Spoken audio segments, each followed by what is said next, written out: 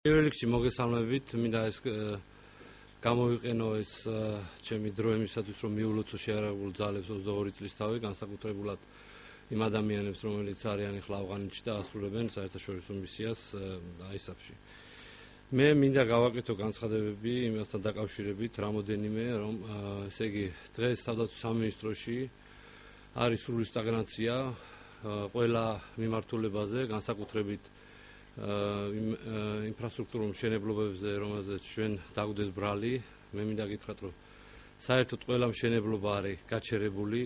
ამასთან ერთად მინდა გითხრათ, რომ არანაირი სწავლება არ ჩატარებულა ამ 6 თვის მანძილზე, არანაირი შერწყმული სწავლებები, არანაირი ურთიერთმოქმედება სახეობებთან და გვარებებთან ერთად და მე 14 მაისს გიწევთ სულ ყველას ბრიფინგზე თუ რა გაკეთდა იმ მოკლე პერიოდში ბაჩუ ახალაიას დროს, იმ 3 წლის განმავლობაში რამდენი რამე შესრულდა, რა პროექტები დაიწყო, როგორ განვითარდა სამხედრო მრეწველობა და თუ რამდენი რამ შეძინა ამ 3 წლის პერიოდში ჩვენმა ურთიერთმოქმედებამ.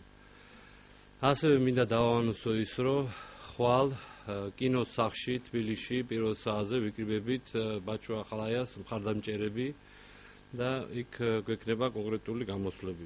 ასე რომ ესაც შეეხება ხვალ და დანარჩენს მოგახსენებ 14-ისთვის და მოუწოდებ დიპლომატიურ კორპუსს სულ ყველას, ვისაც აინტერესებს რა გაკეთდა იმ პერიოდში და რა ხდება დღეს, ამ კითხვა-პასუხის რეჟიმში მე მზად ვარ 14 მაისს ბრიფინგის სახით წარმოგიდგინოთ ეს ყველაფერი. მადლობა.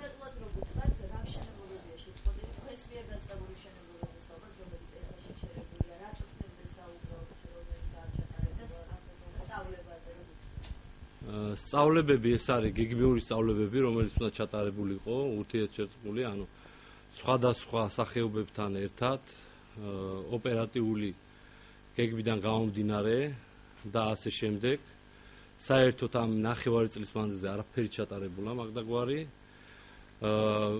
ანუ ჩვენთვის არ არის ცნობილი როგორც მინიმუმ, ასევე მინდა გითხრათ, რომ ზუსტად ის ინფრასტრუქტურული პროექტები, რომელიც დაიწყო და იყო პრინციპში დამთავრების პირას, ეს იქნება საყაზარმე თუ სხვა ინფრასტრუქტურული ნაგებობები არის გაჩერებული და ის კონკრეტული სამშენებლო ბატალიონი არის საერთოდ გაურკვევლობაში და უფუნქციოდ. ბატონ გიგი, გუშინდელ სასამართლო პროცესსაც შევეხოთ დაიკითხა აბესაძე, ზვიად აბესაძე და კურიოზული ის მოხაშენდა განფაქტზე ციცაკის ეპიზოდი გაჩნდა ბაჩუ ახალაიას საქმეში, ამ საქმეში ფიგურირებთ თქვენც. რა სიტყვით რამდენად იყო დამაჯერებელი ზვიად აბესაძის ჩვენება და რას უპასუხებდით მის ბრალდებებს? ნუ იქვე სასამართლოზე თქვენ ალბათ ნახეთ რეპლიკები, მე იმას აღარ გავნაცობ, მაგრამ მე მინდა გითხრათ თვითონ ფაქტობრივად, რომ ეს კაცი არის ნასამართლები ყაჩაღობისთვის, ეს კაცი არის ნასამართლები თაღლითობისთვის და კიდე არის კარგი მსახიობი, რომელიც კარგად ყვება იმ დანაბარებს, რაც მას უბარებენ, რომ ლამაზად და ხატოვანად აღწეროს ის სისულელი, რაც მან მოყვა. ციცაკის ეპიზოდი დაემატა ბაჩუ ახალაიას, მე კოზის ეპიზოდი თავშიო ჩავარტყე.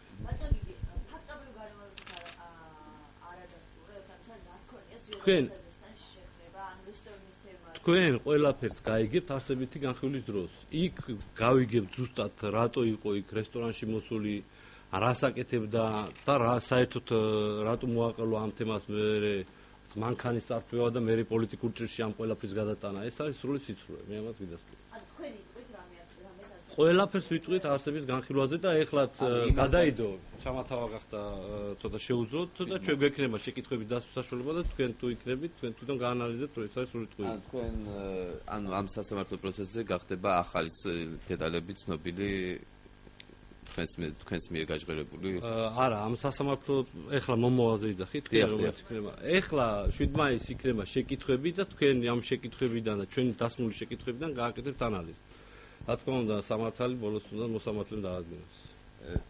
ბატონ გიგი, შეიძლება ისევ ინფრასტრუქტურას დავუბრუნდეთ. რამოდენიმე დაახლოებით 1 თვის წინ ან 2 თვის წინ ირაკლის სესიაშვილმა პარლამენტში გამოაქვეყნა დიახ, რაც სულ მდგომარეობაში იყო ეს ინფრასტრუქტურული თვალსაზრისით საქართველოს სხვა იგივე თვალსაზრისით სენაკში და შემდეგ უკვე ეს ირაკლი ალასანიამაც გამოაქვეყნეს მასალები თვითონ. ამ დროს თქვენ ამბობთ, რომ პირიქით ინფრასტრუქტურა თქვენ დროს იყო ძალიან მაღალ დონეზე და ეხლა სტაგნაცია. რა სიტყვით იმ სურათებზე, სადაც ჯარისკაცები გაუსაზღვრელ მდგომარეობაში იყვნენ? არანაირ გაუსაზღვრელ პირობებში ჯარისკაცები არ იყვნენ. ეს იყო მიმდინარე ინფრასტრუქტურული პროექტი, მოგეხსენებათ, რომ ყველაფერს და განსაკუთრებით წერტილებს გჭირდება შეკეთება, ეს არც უნდა გამოტანილიყო, ეს ჩვენ რო გამოგვეტანა 2003-მდე რა ხდებოდა, ხო? ალბათ იქნებოდა მართლა სასწაულები, მაგრამ აქ არის თემა ის, რომ ჩვენ ვაშენებდით ახალ ბრიგადას ქრთანიში და ალბათ ამ ბრიგადას გახსნიან წელს თუ არა მომავალ წელს, მე ვიცი რომ ამ ბრიგადას ჯერ ხელი არ მოკიდებია 3000 კაციანი ქვედანაყოფი, რომელიც უნდა პრინციპში 80% სამუშაოები დასრულებულია და ზუსტად ამ ინფრასტრუქტურაზე მაქვს საუბარი, რომ თვითონ ამ 6 თვის მანძილზე ჯერ არაფერი გაუკეთებიათ და მე გვაბრალებენ რომ ამ 6 თვის განმავლობაში ას გაფუშტა, იმასაც ჩვენ გვაბრალებთ.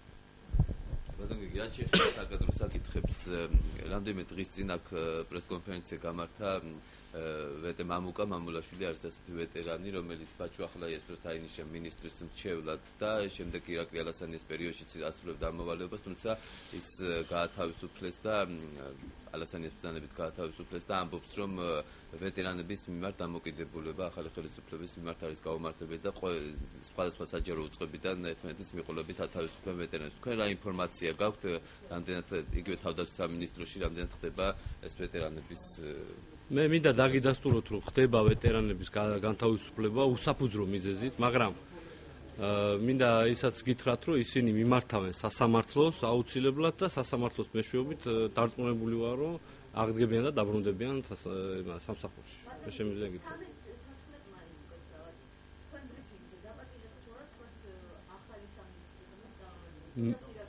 ეხა ბატონ ირაკლი არ მოვა, მე მაგაში დარწმუნებული ვარ, მაგრამ ნებისმიერ შეუძლია მოვიდეს, მე ეს უკვე აღვნიშნე. ანგარიში რა გაკეთდა და დღეს რა კეთდება, იქნებ ვინმე რამე გითხრა საერთოდ შეერაგებულ ძალებში იმუნიზაციის პროგრამის გარდა, აცრების გარდა, რომელსაც დიდ პიარს უწევს თავდაცვის სამინისტრო. ხვალ ბაჩუ ახალაიას მხარდაჭერი შეკრება იქნება კინოს სახში რუსთაველის ძეგლის მოპირდაპირ მხარეს. და ერთად შეეკითხებით, პრემიერ-მინისტრმა განაცხადა, რომ სამხედრო დოქტრინაში შევიდა ცვლილებები და ის უფრო ლიბერალი, ლოიალური გახდა, ანუ შერბილებული ვარიანტი იქნა წარმოდგენილი. შემდეგ ეს თავდაცვის მინისტრმა უარყო და თქვა, რომ ცვლილება არ განუცდია. თუ გაეცანით ახალ სამხედრო დოქტრინას და აი რა ცვლილებები არის შეტანილი მასში? არ გავცნობილ ვარ და არ ვიცი საერთოდ მაგის შესახებ. ეს არის უბრალოდ კომენტარები პოლიტიკური და ანუ გამაკეთებინით ამის შეფასებას. მადლობა, დიდი მადლობა.